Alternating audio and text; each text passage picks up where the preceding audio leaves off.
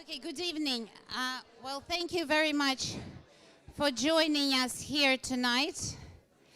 As we continue the program Witnessing History, films by Sergei Loznitsa, which has been running for over a week now here in London in partnership with different organizations, Cine Lumiere, Bertha House, and Garden Cinema. And tomorrow there will be the finale of this program with two more films, Babi Yar and the UK premiere of Kiev Trial. But tonight it's a great honor and a privilege to welcome here Sergei Loznitsa, a Ukrainian filmmaker who, in my opinion, is one of the most remarkable documentaries of our times. In conversation with Jonathan Romney. And welcome. And I very much look forward to this conversation. Thank you very much. Thank you.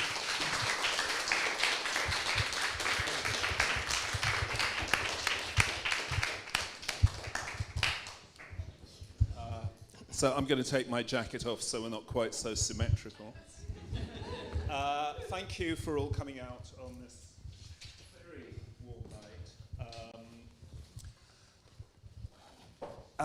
I think Sergei Loznitsa is one of the most important filmmakers of the moment. And when I say of the moment, clearly over the last year, history has proved that his films are of the moment and represent a particular complexity about our time.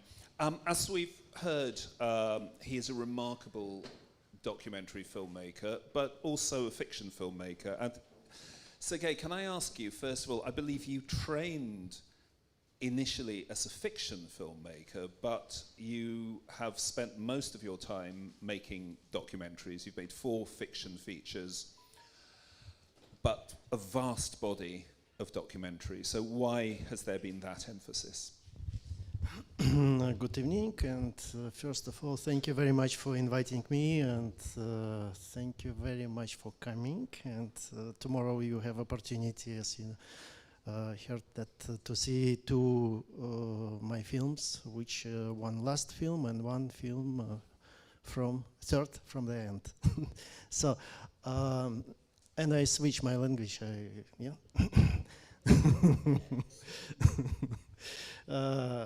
Я не знаю, это вопрос истории, так получилось. I don't know. This is actually a question of how history played out. That's how it happened. Вообще-то я учился быть математиком, а потом вдруг попал в киношколу, в ВГИК, и вдруг стал режиссером. So in fact, I trained as a mathematician, and then I ended up in Cinema Institute, and that's how I became a cinema director. И я сначала поступал, кстати, на документальное отделение, и меня туда не приняли. And to start with, I wanted to join the documentary faculty, but they wouldn't take me. 2 раза я поступал на игровое отделение и тоже не прошел экзамены. And twice I tried the exam for the fiction film faculty, but also I didn't make it. Ну, раз такое случается, значит, мне туда нужно. So that happens, and that means I need to get there. So you've really made 2 kinds of film, 2 kinds of documentary. You've made films, and you continue to make films where you turn your camera on the world, but you've also made a lot of archive films, a lot of films based on historical footage. Oh, sorry. I'll turn them. Yeah, so I hope you all heard that. Your documentary films, the ones where you turn your camera on the world, and the ones where you're exploring archives. Some of the films you've shot yourself, particularly some of the early ones, are completely different from the archive films in that they're very impressionistic, almost dreamlike, quite stylized. So I'm thinking of an early film of yours in English, sometimes called The Halt, which is about people falling asleep at a railway station while they're having one of those long waits for a train. And another film, The Letter, shows a mental institution in the country, but shot through a kind of haze, as though we're watching something that's still in the 1920s or the 19th century. Ну, я сделал 10 фильмов, в которых есть архив. 10 из 30. Уже довольно много. So I made 10 archive films, 10 out of my 30 films, they're archive films, that's already quite a lot. Первый фильм был фильм «Блокада». Я просто был поражен материалом, который я увидел без всякого звука в течение 6 часов. Я стоял и смотрел, как копировался материал, и на экране я видел, что копировалось. И после этого, через какое-то время, через год, я решил все-таки сделать фильм из этого материала. So the first is the blockade or the siege of Leningrad. And I was watching how the material was being copied and how it was copied without sound. And I was completely amazed by how that worked out. And so a year later, I decided to make a film out of that, and that's how it started. То есть у меня никогда не было идеи делать фильм из архива. Я подумал, что я сделал один фильм, попробовал и больше не буду делать. И сделал еще 9. So I actually never wanted to make archive films. I made one and I thought, okay, after that I'll stop. That's not what I want to do. And well, then I ended up making 9 more. Потом стилистика фильмов определяется, конечно, материалом, самим материалом. То есть насколько, например, длинные фрагменты у меня есть, и насколько я могу из того материала, который у нас есть, что-либо сделать, то есть сделать осмысленное высказывание. And of course, the style of a film is determined by the material that I have. So whatever the material actually demands, what I have, what I can do, that's how it will turn out in the end. А когда я снимал картины, то, конечно, меня интересовало течение времени и существование во времени, и я искал то, что это время передает в пространстве, которое меня окружает, и те обстоятельства и ситуации, которые передает время. Про блокаду. Но это уже про полустанок. So when I made the film The Halt, then I was actually really interested about the passage of time and how the passage of time is expressed in space, and that was the main thing about that material that I was actually attracted to. И спящие люди на станции — это просто обстоятельства и ситуация. А вот когда я в России показал картину, это был 2000 какой-то там первый год, кинокритики сразу сказали: это вы про Россию фильм сняли? And people who are asleep at railway stations, that's an occasion, and that is.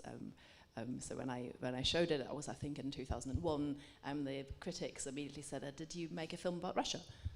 Ну, там не только это, конечно, это аллегорическое высказывание, но там очень интересно, просто в этом фильме перетекает время, и вы начинаете чувствовать время, которое задает определенный сезонный цикл. В течение 22 минут вы ощущаете течение этого времени по смене одежды спящих людей и звука. So it's actually really interesting in the film. You really feel how time is passing, how time is flowing, and within 22 minutes, you see how time is flowing in the way that the clothes change of the people and that the sound changes. А если говорить о формальной стороне, то вся драматургия фильма построена на звуке, значит, и противостоят очень тихий и такой протяженный звук храпения, сна, вдохновляющий, и очень громкий, вдруг врывающийся звук проносящегося поезда, и опять. То есть в этом смысле сонатная форма. And so when you actually focus on the sound, you have that sound of very, very quiet sound of the person snoring away, and then all of a sudden it bursts into the film. It's the sound of a very loud train that's passing, and then after that, once again, that lovely quiet snoring noise. I don't think I'll copy what you just did. Но к чему я это все рассказываю? Я хочу сказать, что это все, эти фильмы, это эксперименты, в которых я пробовал разные формы, все эти ранние фильмы, и эти все наработанные методы использовал потом в больших картинах, которые сделаны из архивного материала. Например, «Государственные похороны». Там есть эти все элементы. So all my early films, they're experiments, and they're experiments when I tried out form. I tried out different forms, and these forms, these methods that I elaborated in these films, I then tried in later films, for example, in The State Funeral. Yeah, well, I want to ask you about sound in particular, because you've been using sound in a very distinctive way through all your films. And one of the things you do with sound in your archive documentary, you know, whether you're looking at the show trials of the 1930s or whether you're making these extraordinary montages of Stalin's funeral ceremonies in State Funeral, you're using sound in a very particular way. You're sometimes recreating sound to bring images from the past right into the present, to make us feel that we are present, witnessing these events in a way that's rather different from the kind of standard idea that documentary and archive documentary should somehow be distanced and objective. Ну, у этого есть своя предыстория. Прежде всего, в 2003 году, когда я еще снимал картину «Пейзаж», я встретил Владимира Головницкого, звукорежиссера, с которым я работаю сейчас вот до сих пор, уже 20 лет. Мы делали все фильмы вместе. This has a prehistory. So in 2003, when I was making the film The Landscape, I met the sound engineer Vladimir Головницкий, yeah. and we are now we've kept working together. So we're all actually doing all our work together. Володя работал с Шарунасом Бартасом, известным литовским режиссером, и таким образом я оказался на студии у Шарунаса Бартаса, когда делал фильм «Блокада», и с тех пор я часть своей жизни живу в Литве, в Вильнюсе. And so I, because of that, I found myself in the studio of Шарунас Бартас. Šarūnas Bartas. Спасибо. Lithuanian filmmaker. Yes, Yeah. the Lithuanian filmmaker, and I'm sorry, I'm not a film expert, not at all. If you were in any doubt about that, I've just really told you that. And since then, I actually spend some of my time in Vilnius. I spend some time in Vilnius. Значит, и когда мы начали делать фильм «Блокада», когда я вообще решил делать этот фильм, я посмотрел все, что делалось до того, в советское время и после советского времени. И каждый год студия выпускала по 2 фильма примерно об этом событии. И фильмы в большинстве своем были похожи, практически одинаковые. То есть одна и та же идея. И там был и voice-over, и музыка, естественно. Я решил отказаться и от того, и от другого. Это первое решение было. So when I decided to make the film Blockade, I looked at what had been done in Soviet times and post-Soviet times, and usually there would be about 2 films per year, very similar. They were all pretty much the same idea, same music, and one of the first things I decided to not have music, and yes. Значит, я хотел сделать фильм не о том, как мы победили, преодолев страдания, а о том, как страдал город и как он трансформировался, менялся вот в это время, как город умирал фактически. Что происходило с людьми? And I actually wanted to portray suffering. I wanted to portray how people actually transformed, how the city transformed. So my main interest was to portray what was happening to people. Чтобы всмотреться в изображение, и комментарий, и музыка мешают. Я их убрал. Но нам необходимо что-то поставить. И что это должно быть? должен быть звук города. And so, in order to actually become engrossed in these images, comments and music are actually in the way. So I decided to leave them both out. But you have to have something instead. And what do you have? So I decided to go for the sound of the city. Но для этого фильма мы использовали такой метод. Мы не озвучивали буквально все, а мы использовали эскиз, когда только есть намеки на разные звуки, которые создают звуковую картину, в которой вы верите.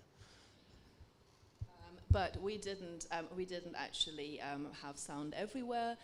We just had sound in some places and sound as a kind of hint and hints at the sound of the city, and that is what you can see in that film, or hear that film. Опять-таки показываю эту картину, которая сделана, 6 часов материала всего существует блокадного, сделана из того же материала, из которого делалась там сотня картин. And it's made from the same about 6 hours of material on the blockade that hundreds of films were made from. Подходят после фильма ко мне и говорят, где ты нашел эти кадры? Мы никогда это не видели.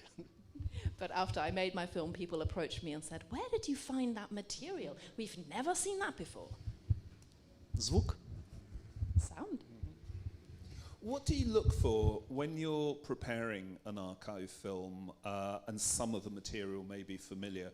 What do you look for in terms of revealing something that perhaps hasn't been seen or thought about before? Если вы архивный фильм делаете, что вы ищете, чтобы Ну, это опять надо рассказывать историю в развитии. После фильма «Блокада» я там делал на студии документальных фильмов другие фильмы и параллельно смотрел разные киножурналы, потому что архив прямо соседняя дверь. Я брал фильмы и журналы оттуда и смотрел эти журналы просто так в перерыве, отдыхая. So again, I need to talk about the development. Before I made, so when I was working at the studio, I would actually take the next door. There were all these journals and all these archival materials, and I'd actually look at the journals while I was filming myself. I would in the breaks actually look at the journals and see what was going on there. С 1954 года по примерно 1964 потрясающие операторы снимали великолепно. Изображение просто магнетизирует. И я подумал, ну великолепно, значит, потому что такое изображение, я могу это использовать, но что я могу с этим делать? И мне стало интересно, могу ли я сделать из пропагандистского материала фильм о том, что такое пропаганда, к чему она ведет. And I realized that between 1954 and 1964, directors of photography took amazing images. And so I started thinking, what can I actually make out of it? Is it possible to transform propaganda material into a film that will tell you what propaganda is? Is that possible? И я придумал такую форму и сделал фильм, который называется «Представление». Это 80 минут фильм, абсолютно пропагандистский материал. Он начинается от очищенного изображения, которое реконструирует жизнь 50-х, 60-х годов в разных местах. И потом постепенно вторгаются элементы пропаганды больше, и все превращается в действие, которое предлагает вам позицию стороннего наблюдателя, значит, превращается в пропаганду. И тогда вы теряете свою субъектность. So I made a film in Russian called «Представление», I think in English called «The Review», and about the 50s and 60s. And so you have more and more elements of propaganda that enter, that come in. And so what happens is that you lose your position as an observer, and when there is more and more propaganda, you actually start losing your subjectivity. А параллельно у меня есть история, как советская власть представляла себя. И она заканчивается финалом оперы Мураделли, никто уже не помнит, называется «Октябрь». Потрясающая музыка, великолепный перформанс. And in parallel, I had some material on how the Soviet authorities, how the Soviet Union actually represented itself. And there is the end of the opera of an opera by Mortadelli called October. Nobody actually remembers that. There's amazing music in there. И там есть в фильме, вы посмотрите, если найдете, небольшой PS, который и создает смысл картины. Это второй фильм, который я сделал из этого архивного материала. If you find the film, there is a little thing that actually gives you the meaning of it, and that is the second film I made from archival material. Работа с материалом, работа с языком. Опять то, что меня интересовало. Сейчас я продолжу. So I worked with material and I worked with language. That's what I was interested in, and I'll carry on. И еще, что меня поразило, что если вы определяете очень жестко стилистику, как вы создаете эту картину, все элементы стилистические, которые объединяют разных операторов. У меня было 100 камер, у меня не было такого. Ну, потом уже были 200 камер, 200 операторов в похоронах Сталина. И, значит, вы, когда задаете жестко стилистику, то изображение превращается в одно целое, как будто оно из-под одной руки. So when you have a very strict idea of the style of what you want to do, then I had 100 different cameramen, and by the time I did the state funeral, I had 200 cameras, 200 different cameramen. But if you have a very strict idea of the style, and if you give them very strict instructions, then the material actually turns into a coherent whole. Can I ask you about State Funeral, because it's an extraordinary film? Just Go on, yeah. one more. Okay. I add one more because the next film, which I made from the also archive footage from this studio, Leningrad or St. Petersburg Documentary Film Studio, I made after I made film Maidan, film about the real revolution. And I remember that I watched the footage which they shot and they used for a few film magazine. They shot in 1991 and they saved this footage on this archive of this studio. I remember the footage of coup d'etat in St. Petersburg. Sorry. This was the event. This film event, yes, but idea came from another film, and step by step, all these films from archive or films which I shoot came from the previous. It's like the growing from one root. Right. What you said about using propaganda footage so it becomes about the idea of propaganda. I think State Funeral is an extraordinary example about that, because you take all this footage of the people stretched across an entire continent, all queuing up to pay homage to Stalin after his death, and you push it to the absurd. It becomes like a ceremony that is going on forever, and everyone across an entire continent appears to be listening to the tannoy announcement at exactly the same time, and then everyone goes to the same funeral, and there's this sort of endless infinite line of people waiting to walk past these extraordinary funeral flower arrangements. So it's not in the realm of realism in any way. You've really kind of pushed it into the realm of the absurd.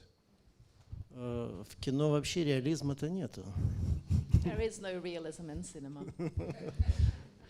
You know this, the main definition is a great illusion. So, значит, мы можем сопоставить два фильма, как раз в этом случае фильм, который я сделал, и фильм, который сделал Герасимов, кто там Александров, Чаурелли, Копалин, 4 режиссера, все гранды советского кино, сделали 60 минут пропагандистский фильм из того же материала. И можно сопоставить и сделать вывод, что такое пропаганда, что такое something else.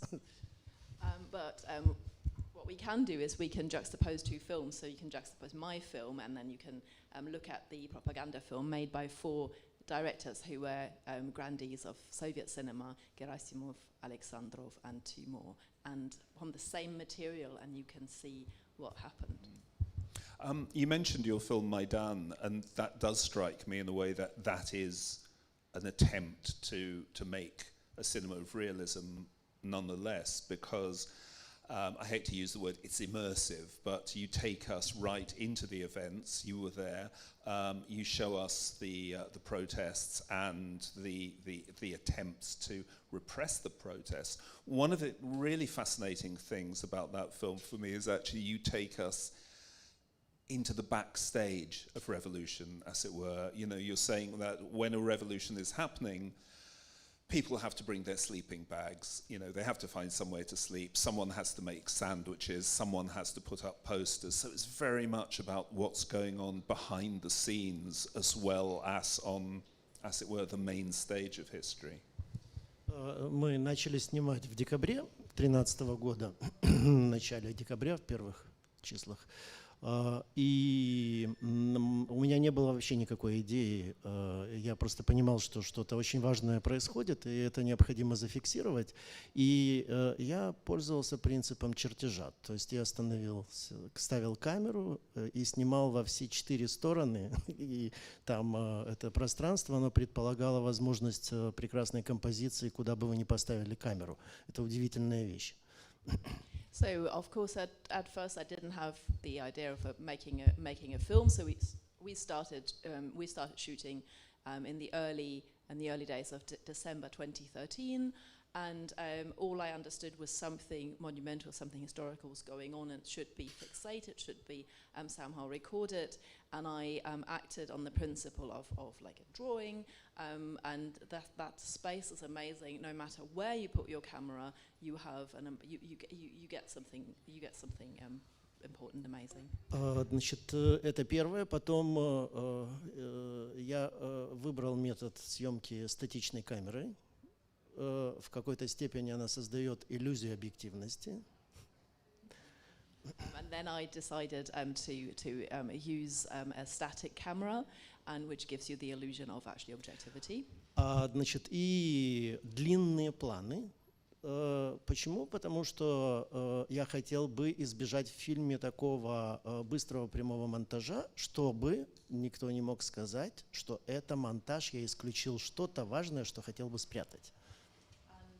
Very, very long takes. So I really wanted to avoid clip-like montage, so that nobody could say, well, but that is actually a montage of the things that you chose rather than what's happening. А это со своей стороны диктовало тогда позицию камеры, потому что действие должно быть насыщенным, и я должен думать про первый, второй и третий планы. И там должно что-то происходить.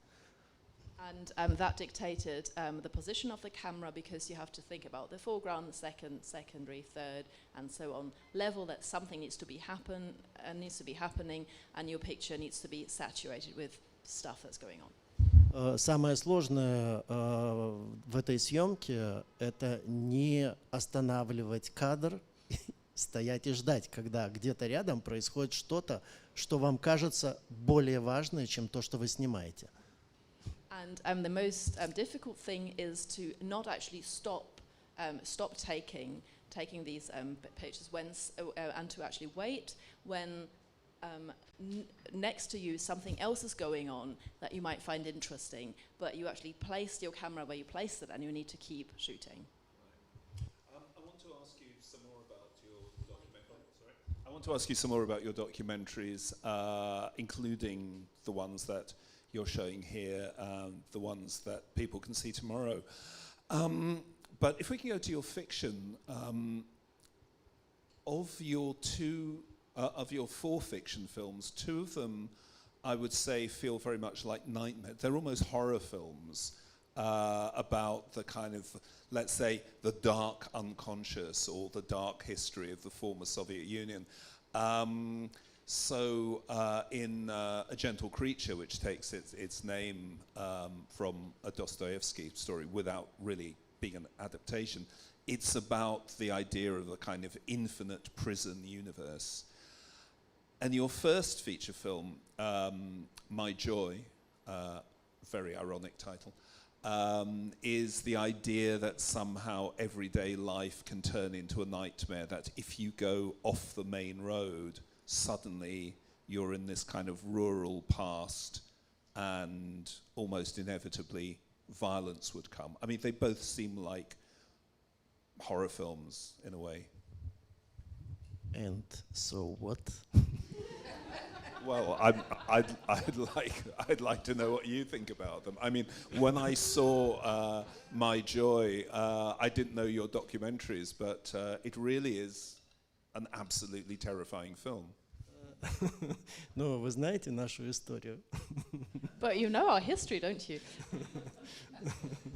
Ну, когда-то кому-то нужно что-то делать с этим. So somebody needs to do something with it at some point. Есть такой художник Бейкон. There is the artist Francis Bacon, Но есть другие художники. and there are also other artists. Okay, I mean, it also struck me watching these films, particularly in A Gentle Creature, where there is an extraordinary dream sequence, which I know that some critics had trouble with, but it did seem that you're kind of drawing on a literary tradition. You know, there's definitely some Dostoevsky in there, but also Gogol. I mean, you seem to be rooted in that imagination in those films. Yes. No, I agree, yes. But all these films, все эти фильмы так или иначе описывают пространство, в котором мы существовали, существуем. But all these films, yes, but all these films in some way or other actually describe the space in which we were living, in which we continue to live. Я помню реакцию в Сочи, когда показывал фильм «Счастье мое» в 2010 году. Вот. I remember the reactions in Sochi when I was showing My Joy in 2010. Там в основном кинематографисты в зале сидели. And it was all cinema people in the audience. Значит, там в конце такая очень жесткая история, когда полицейские начинают избивать каких-то невинных людей, невинного майора из Москвы и так далее, и требуют, чтобы кто-то был свидетелем, подписал, что это он сам себя избил или что-то в этом роде. There is a horrible bit at the end where this innocent person is, from Moscow is being beaten up, and then they ask him to sign a paper that he beat himself up. So to sign a witness statement that he beat himself up and nobody else did it. И герой фильма, который находится в состоянии непонятного сознания, мы не понимаем, что он вообще думает о том, что он видит, после определенного события, которое с ним приключилось. And the hero of the film, we don't actually know what's going on in his consciousness. We don't know what he's feeling after a certain time. От которого, избивая другого, требуют поставить подпись на бумаге, что там он свидетель того, что это другой избивал полицейского. And so, who is being asked to sign that he had that this other person had been beating up a policeman. Неожиданным образом начинает стрелять. And all of a sudden, unexpectedly, he starts shooting. Он убивает полицейского, избивающего. And he kills the policeman who'd been doing the beating. В зале, о, revenge. Радуются, люди радуются. And people in the audience went, "Yay, revenge!" Он and were убивает very happy. Второго полицейского в зале, еще больше радуются. So second policeman, people in the audience they're even more happy about. А потом он убивает всех жертв и уходит в темноту. And then he kills all the victims and walks away into darkness. Полная тишина. Complete silence. Молча все выходят, вниз голова. Everybody's walking out in silence, heads hanging. Неожиданный конец. А о чем он говорит? Он говорит вообще, о чем фильм? О том, что пространство, в котором разрушены все общественные связи, человек человеку волк, достаточно внести маленькую искру, неважно почему, кто кого начинает убивать и уничтожать. То есть это пространство распадается изнутри. 2010 год.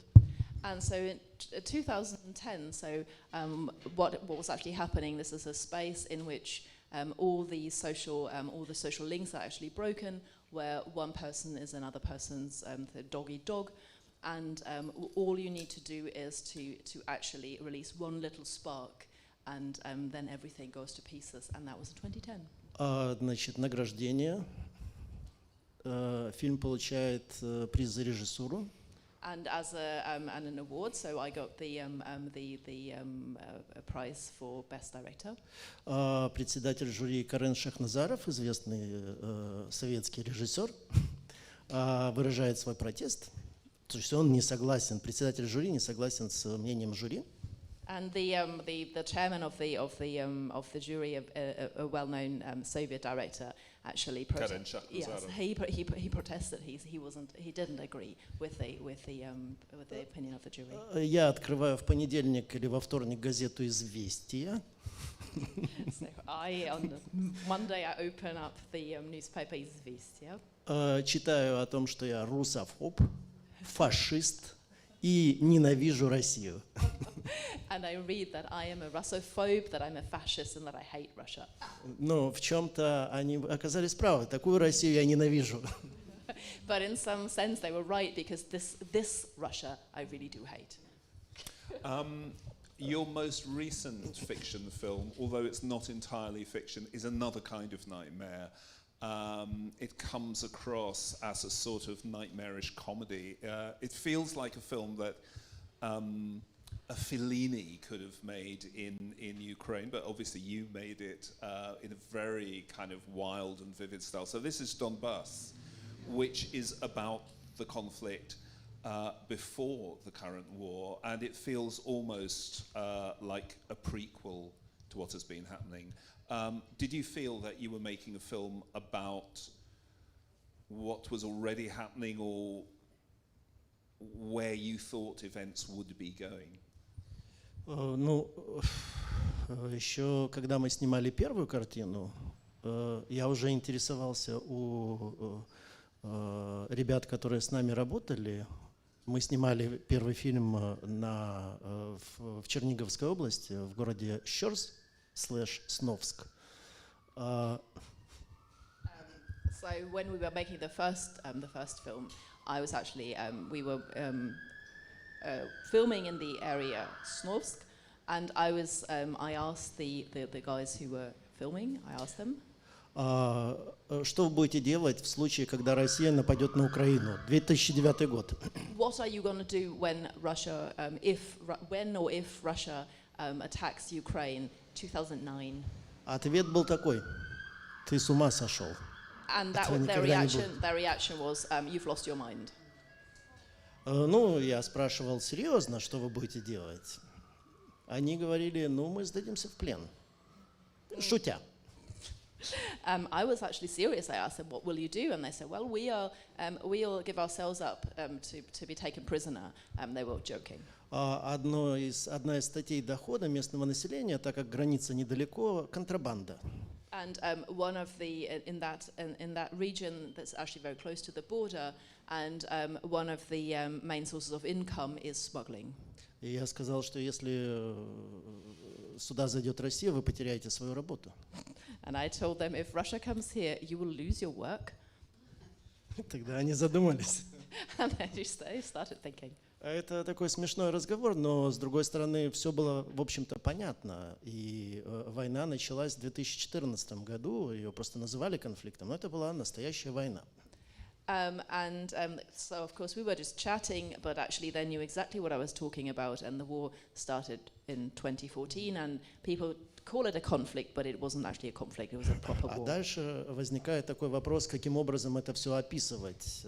Я смотрел очень много разного видео, которое снято, там, не знаю, случайными людьми и помещено в YouTube. И мне показалось это интересно, и я начал писать тексты, и дальше я думал, как это описать, какой жанр подходит этому всему. And so I started to think, how can we describe this? And at the time, I watched a lot of videos that had been placed on YouTube by random people, and I started writing texts and making mental notes about how to describe this. Ну, гротеск. Только гротеском можно это описать. А почему? А потому что имитация – важное слово в описании того, что происходит. Имитация всего. So grotesque. The only way in which you can describe this by using the grotesque, because a very important word is imitation. If you want to describe what's happening, you need to work with imitation. Какова роль камеры, присутствие камеры всюду и реакция на камеру, роль в этой имитации? Частично, я не думаю, что, но тем не менее, это тоже имеет отношение. Актерство, значит, попытки копировать кого-то, это все очень интересные вопросы, которые нас до сих пор сопровождают. И насколько правда то, что происходит, и то, что мы видим, и что имеется в виду за тем, что происходит, это тоже очень важный вопрос, потому что все начинает расслаиваться. Very important reactions to the camera. What do people do when the camera is there? And the question of acting is still very important. Acting, imitating somebody, and we are still living with that question. So what stands behind the things that are happening? What is actually the significance of the things behind what we can see? So who is imitating whom and what? Ну, вы представляете, в Крыму появляются солдаты, полностью экипированные, и неизвестной армии, и все делают вид, что они не понимают, откуда эти парни как грибы выползли. So imagine in Crimea, a soldier pops up in Crimea, fully equipped, but not clear what army he's come from, and everybody pretends that they have no idea who he is and who these guys are that have just popped up like mushrooms. Значит, эти солдаты делают вид, что они не солдаты России, а президент Соединенных Штатов делает вид, что он верит в то, что он не видит. And so these soldiers behave as if they're not soldiers of the Russian Federation, and the President of the United States pretends that he doesn't see what he's seeing. Берете книгу Фуко «Безумие и цивилизация». And so that's straight out of Foucault, Madness and Civilization. То есть это массовый психоз, да? That's psychosis on a mass scale. То есть все понимают, что происходит, но все делают вид, что они не понимают, что происходит. So everybody knows precisely what's going on, but everybody pretends that they have no idea what's going on. Мне непонятно, почему так происходит. I don't understand why it's exactly happening in exactly that way. Right. Что это такое? В чем там суть? What is it? What's the essence of that? Ну вот попытка как-то что-то сделать в этом ключе – это фильм «Донбасс». And so the attempt to do something in that key, that's the film Donbass. Right. Which is a remarkably confusing film to follow. Now I understand why, because we are absolutely lost in the fog of war, and it's a very deep fog indeed.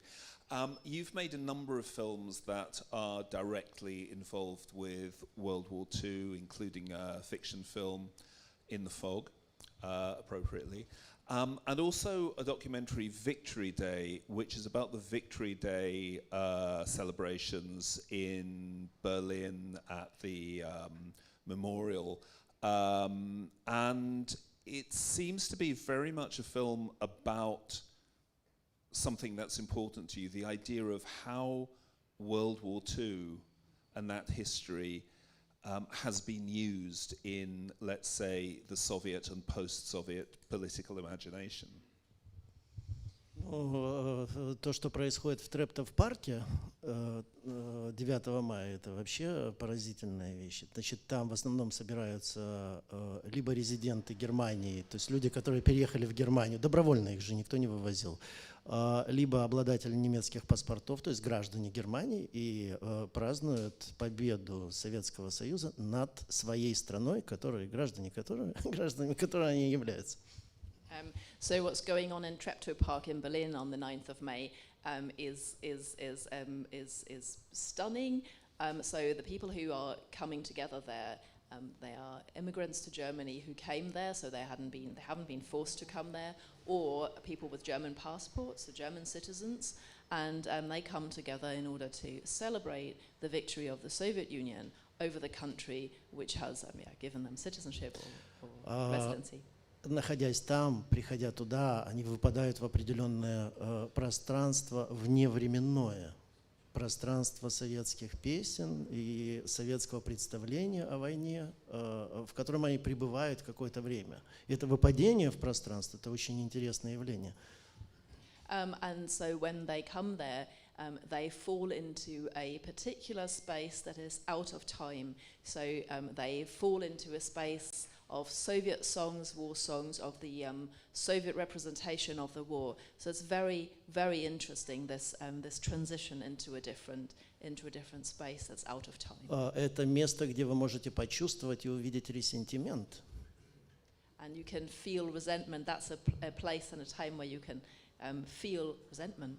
Один из очень важных мотивов в движении масс людей. Важный мотив.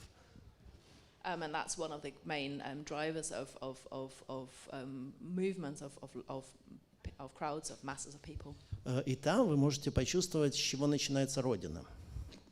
And you can feel where the fatherland or the motherland, what is built from. В этом месте я буквально поставил далеко очень эту песню.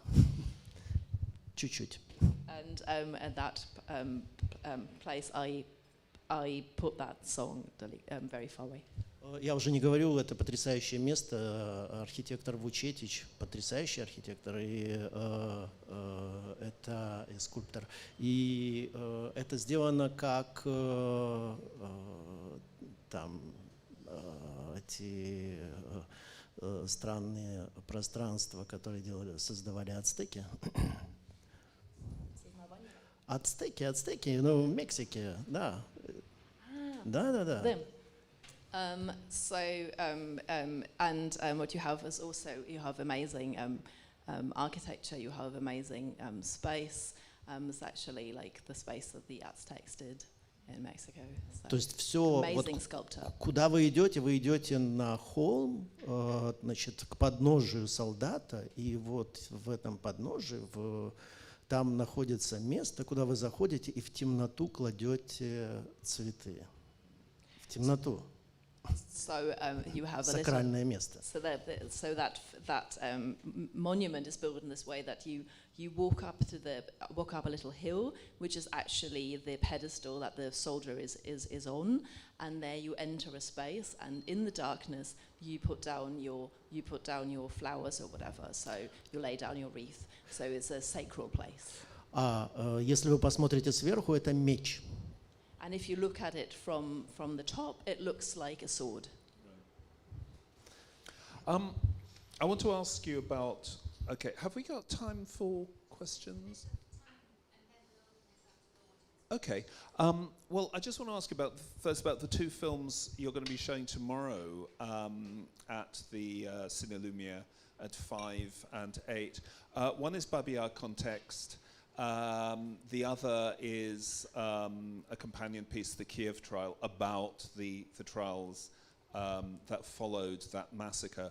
I know you'd also been talking for a long time about a fiction approach to those events. So why was Babi Yar for you an absolutely central part of the history of World War II and of Russia and Ukraine and Europe? Ну, это связано с моей личной историей. Я вырос в этом месте, и эта история прорастала через меня постепенно, поскольку вообще-то вся эта информация была скрыта, она была недоступна, люди знали, кто-то рассказывал, но это не было официально. Фильмов о Бабьем Яре до 1988 года вообще не было, а 13-я симфония Шостаковича исполнялась в Киеве первый раз в 1988 году и последний раз в 2021, может быть, еще второй раз. So that is linked to my personal history because I grew up in that place. And the whole story of Babi Yar kind of grew through me because that information wasn't out there, it was hidden. There weren't any films about Babi Yar before 1988, so the information wasn't there. And same thing, the Shostakovich's 13th Symphony was played in Kiev for the first time in 1988 and for the last time in 2021. So maybe before the war. Yeah, just before the war. Commemoration days, 80th anniversary of Babi Yar. It was played with my film also. My film was there in Babi Yar and symphony. It was fantastic, unforgettable moment for all of us who was here. And я написал сценарий «Бабий Яр» в 2012 году, и с тех пор я пытаюсь запустить этот фильм. Уже 3 раза пытался, и на низком старте мы были в 2022 году, как раз, когда началась война. Война. So I actually wrote the screenplay in 2012, and I've been trying to keep to actually get the film going, and the last time in 2022, just before the war. Okay, well, right now I think it would be a good idea to... We'll maybe come back to the film and you will get a chance to see it tomorrow, but I'd like to throw it open to any questions from the floor. I don't know if there's a microphone going round, is there? No, I think we'll need one of yours. Okay. Sure. I don't actually, it's not really a question. I've been watching your films this last week, and thank you very much for them. I've spent the last 8 months on and off playing here in London and in America and Germany a play about the Donbass by a Ukrainian writer. It's a short play. She's called Niera Nezdana. And your film, that section where the cook is tied to a post and wrapped in a flag, she used that image of the woman Irina, which went all over YouTube, Facebook, whatever it was. So that, I played that, and watching that scene in your film, I just found unbearable. It's such a difficult and wonderful and incredibly complicated film. So thank you very, very much. Thank you.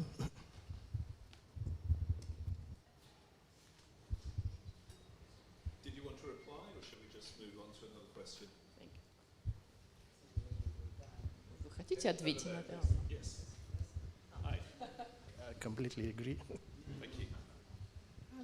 I saw Victory Day and I saw the film last night, which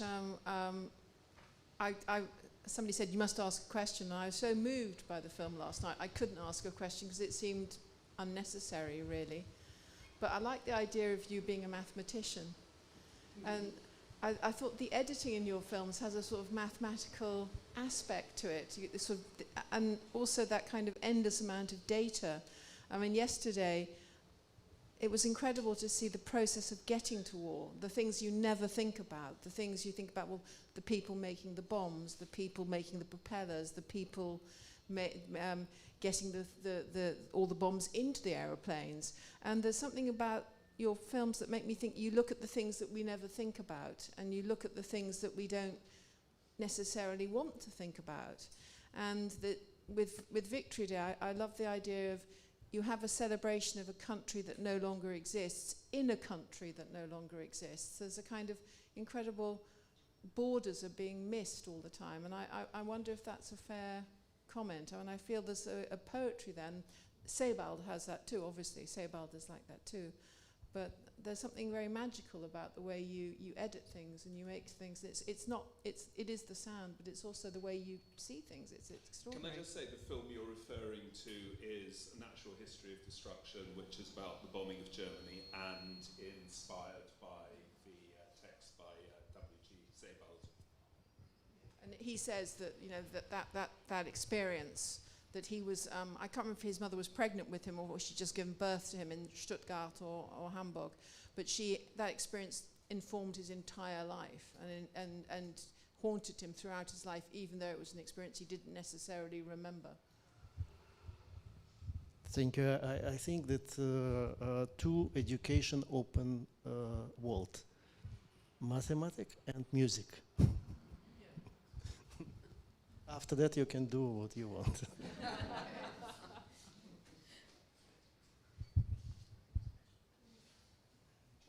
Anyone else? Yeah. You know why? Because both abstract. But your images are very concrete. Yes, of course, but it's based on abstract structure, pattern. Let's go. Can you maybe talk about your film Austerlitz? What was your intention? When I was watching it, I was asking myself what was behind the camera.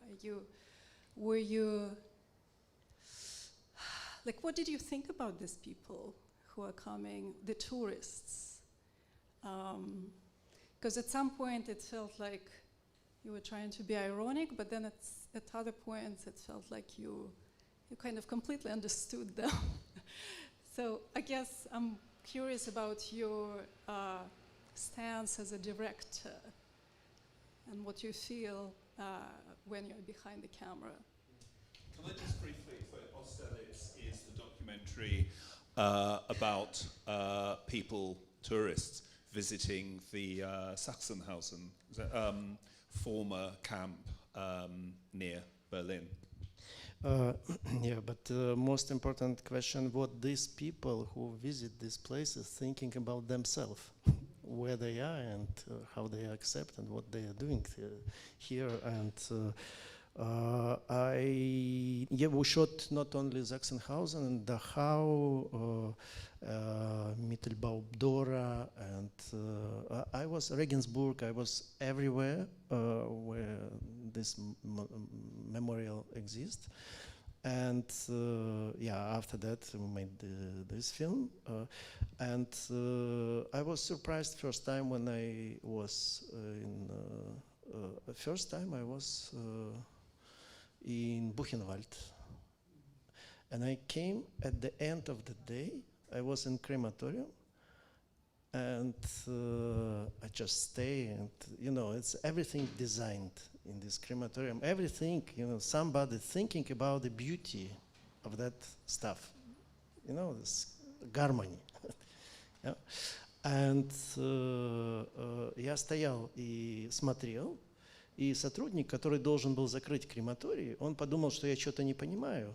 И подошел ко мне и сказал, давайте я вам помогу и объясню, как здесь все работает, куда там что двигать. So when I was standing there, the museum employee who should have shut the crematorium, I was still standing there, and thinking, and he thought there was something I didn't understand, so he came up to me and said, "Let me explain to you how all this stuff works." Я понимаю, он хотел быстро закрыть крематорий. I understand. He wanted to finish his workday. He wanted to shut the doors. Но в этот момент я почувствовал себя в гостях у Кафки. But at that moment, I thought I am actually a guest of Kafka's. У него есть такой в тюрьме, по-моему, называется такая притча. Yeah, so Kafka has a parable like that in prison. Где там тоже демонстрируют, как работает аппарат пыток. Where they also show him how all these torture mechanisms work. И это повернуло мой взгляд, и я начал смотреть с этой точки зрения, потому что в этом есть какой-то элемент абсурда во всем. Это нисколько не какого-то не абсурд, несоответствие. So that actually really influenced my view and influenced the way I looked at things, because there is a moment of absurd, and then he corrected himself, said no, it's not actually absurd. There's something that doesn't quite fit together. There's something that doesn't quite correspond.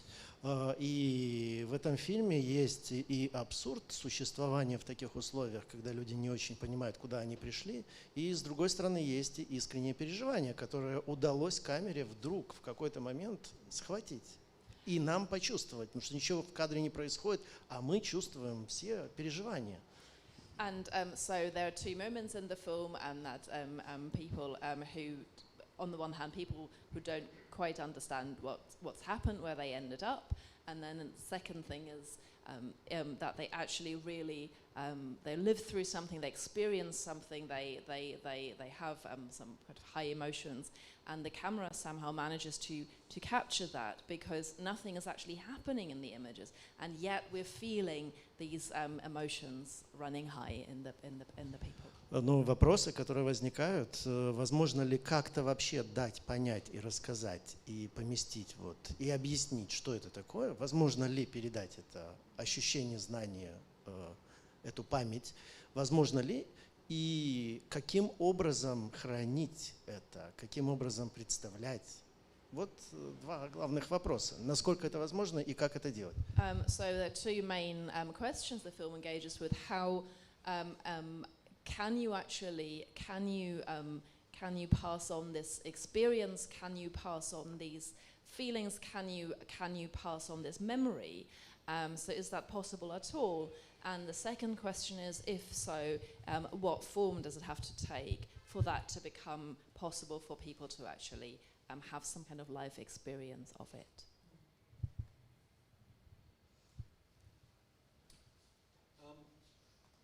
Okay, let me ask another couple of questions. Let me ask where you are now in your relationship with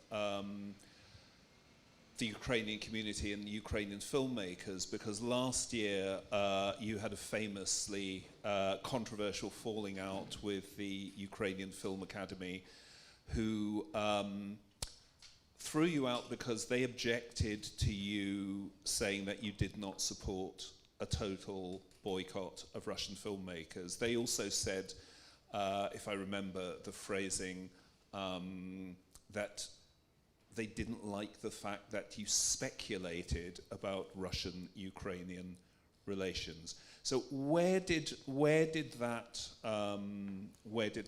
debate leave you, and what are your relations now with Ukrainian filmmakers?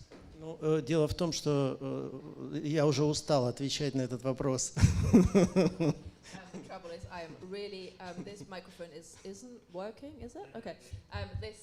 So I'm actually tired of this question. It's been asked so many times. Дело в том, что это так далеко от моей жизни, чтобы возвращаться к этому всему. So it's so far away from my life now would be so far away to return. У меня не было никакого отношения с Академией, первое. Значит, помимо того, что фильм «Донбасс» и фильм «Кроткая» получали там 3-4 приза. So I never had a relationship with the Academy, apart from the fact that my film «Donbass» and the other one, the Meek one, they received a couple of awards.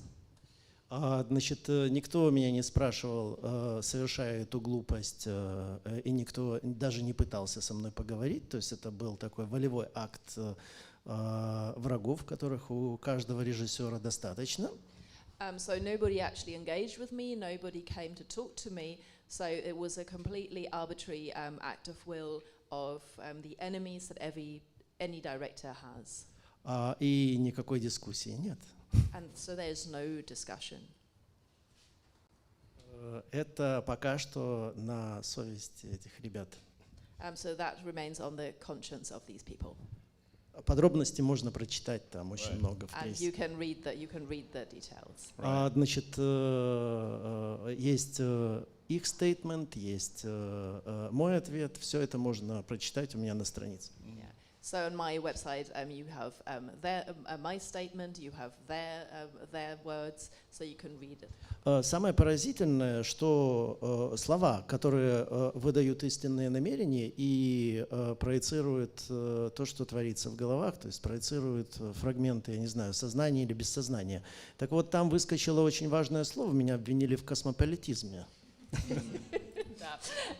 So actually, there are some words that reflect very clearly and somehow unconsciously what's actually going on in the minds of these people, and that just came out. And one is that they accused me of cosmopolitanism, of being a cosmopolitan. Значит, дело в том, что это слово сталинского словаря. И так, когда начиналась еврейская кампания, так называли евреев. Это такой эвфемизм. So this is actually in Russian. That's a word straight out of Stalin's lexicon. So that's how starts a euphemism for Jews and related to Stalin's anti-Semitic campaign of the late 40s. Так как эти люди выросли в советское время, они запомнили в детстве, что космополит — это очень плохо. So, and since these people grew up in the Soviet Union, they remembered from their youth that cosmopolitan, that's really bad. Но, значит, так как они обращались к внутренней аудитории, они не знали, как это будет реагировать, как будут реагировать люди вне Советского Союза. But so they were actually talking to their audience within the country, and they had no idea what that would look like for people who were not within the country, outside the Soviet Union. Один из активистов этого движения, выгнать меня куда-то, сейчас воюет успешно в Канаде за независимость Украины. And one of the activists of that movement is now in Canada, where he is very actively struggling for the independence of Ukraine. Did you feel that perhaps some of the hostility towards you was partly fueled by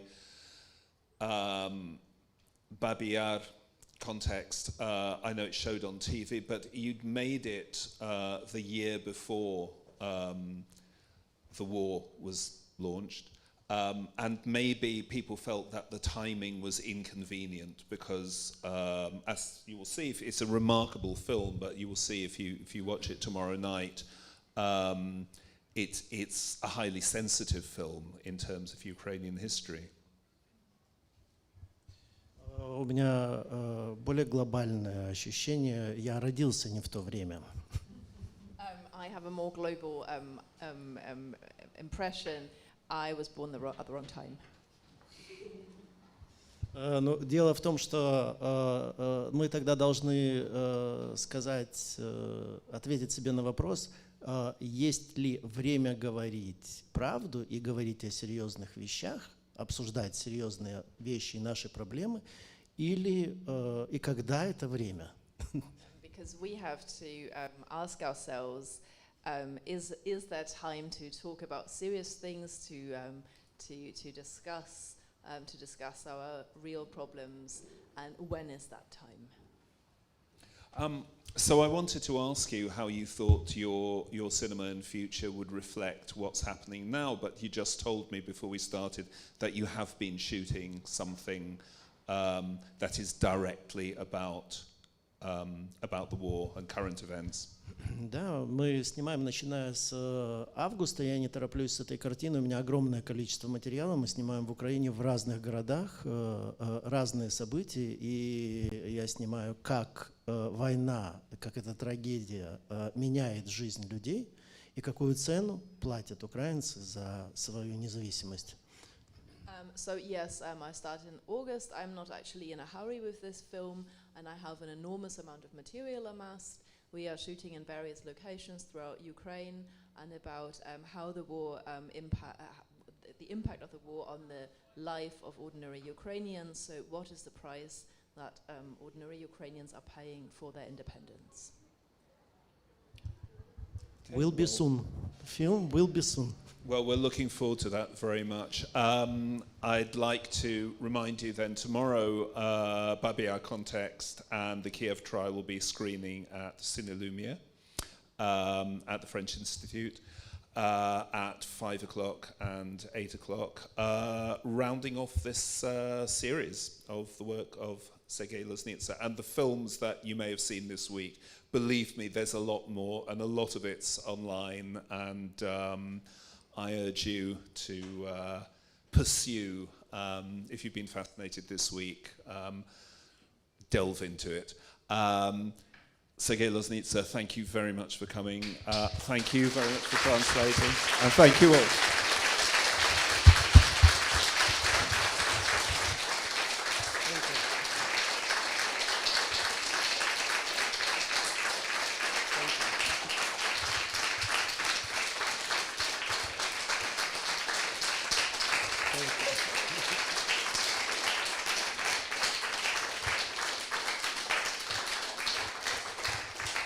Thank you very much.